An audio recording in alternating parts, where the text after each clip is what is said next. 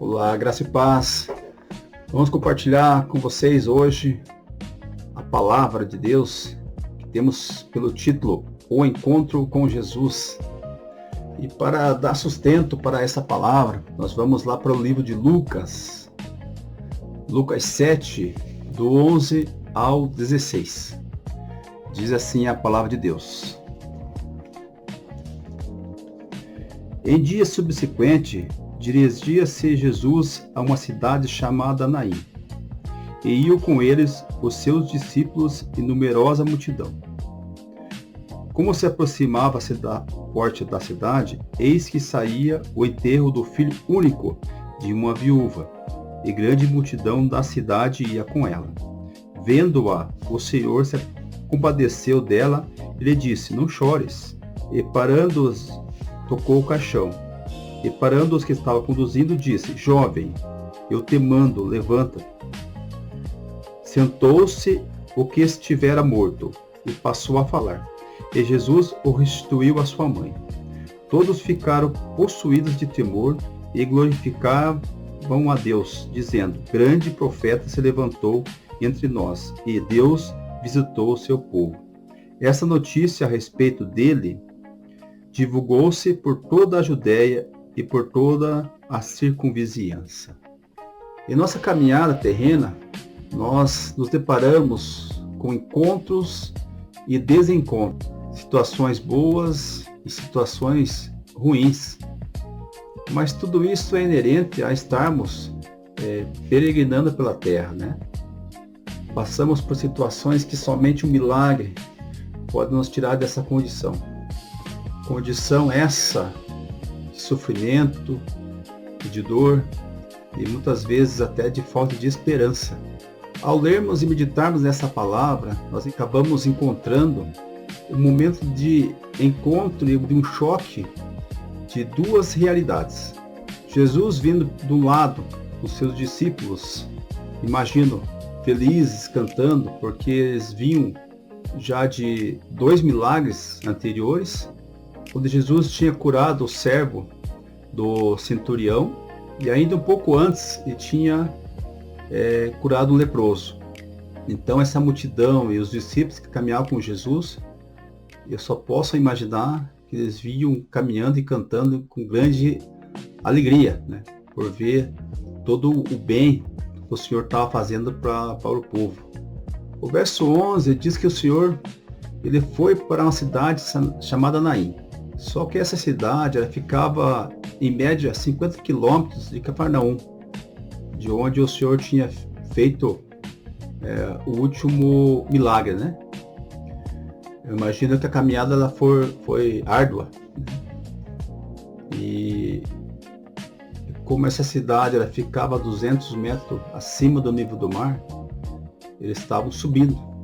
Então eu imagino que foi bem cansativo esse trânsito, né, entre a cidade e outra, de 50 quilômetros.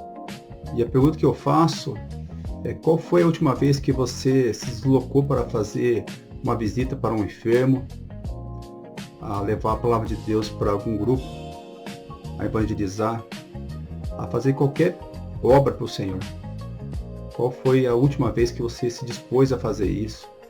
Ou cada vez que aparecia uma oportunidade para você levar o evangelho do Senhor, você colocou primeiro uma desculpa, um empecilho, uma dificuldade, antes de qualquer coisa? No verso 13, a palavra de Deus diz que o Senhor se compadeceu dela.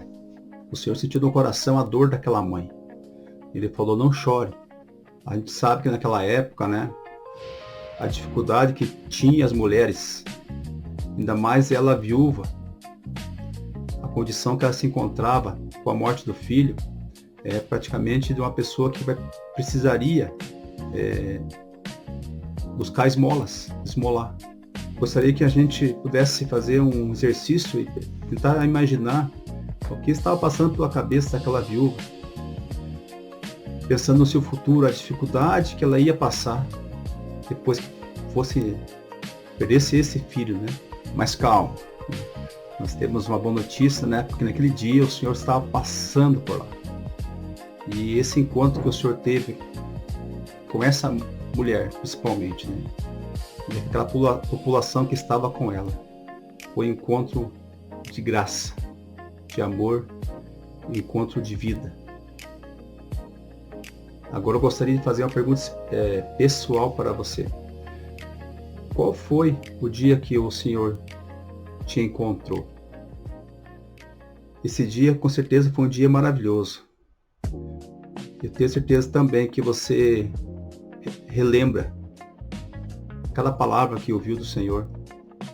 E todo sentimento deve estar guardado no seu coração. Já no verso 14, no verso 15, o Senhor realiza o milagre. Jesus falou assim: jovem, eu lhe digo, eu lhe mando, eu lhe ordeno, levanta. E pela ordem do Senhor Jesus, ele levantou, ele sentou-se, ele falou. E Jesus, eu penso com extrema alegria, ele entregou esse jovem vivo nos braços de sua mãe. Eu sei, nós temos dificuldade de mensurar, até de imaginar, né? Começar a imaginar ou sentir o que essa mãe estava sentindo no seu coração ao estar conduzindo esse seu filho para o enterro, né? Mas em contrapartida nós temos disposição e alegria em imaginar a alegria dessa mãe, a felicidade dessa mãe de estar recebendo novamente o seu filho vivo em seus braços. Se eu te falar que é com essa mesma alegria que o Senhor Jesus sente ao ver um pecador se arrependendo. Porque, meu irmão, por sem arrependimento, mesmo nós estarmos vivos carnalmente, estamos mortos espiritualmente em nossos delitos e em nossos pecados. Paulo, ele escreve aos Efésios 2:1, diz o seguinte: ele vos deu vida, estando vós mortos nos vossos delitos e pecados. Eu creio que com essa mesma alegria que a mulher recebeu seu filho nos braços, né? É a mesma alegria que o Senhor nos recebe quando nós nos arrependemos dos nossos pecados e nos entregamos a Cristo. A palavra de Deus diz que a festa no céu quando um pecador se arrepende. Jesus, ele nos diz lá em Lucas 15:7, digo-vos que assim haverá maior júbilo, maior alegria, né, no céu por um pecador que se arrepender, do que por 99 justos que não necessitam de arrependimento. Então o Senhor deixa bem claro da alegria, da festa que é feita com os anjos, pelo arrependimento nosso. Porque sem arrependimento, nós não vamos encontrar vida, e vida e abundância no Senhor. E esse convite pode ser para você hoje. Um convite ao arrependimento, um convite a voltar à vida. Vida em abundância. Jesus disse: jovem, levante-se. Ele pode estar dizendo para você hoje: jovem, arrependa-se dos seus pecados e volte-se para mim. É um chamado do Senhor ao arrependimento. É um chamado do Senhor para que nós possamos aceitar o seu caminho. Então, se você ouviu a voz de Cristo chamando, levanta-se e se coloca de pé e viva essa vida em plenitude que o Senhor nos oferece. Amém?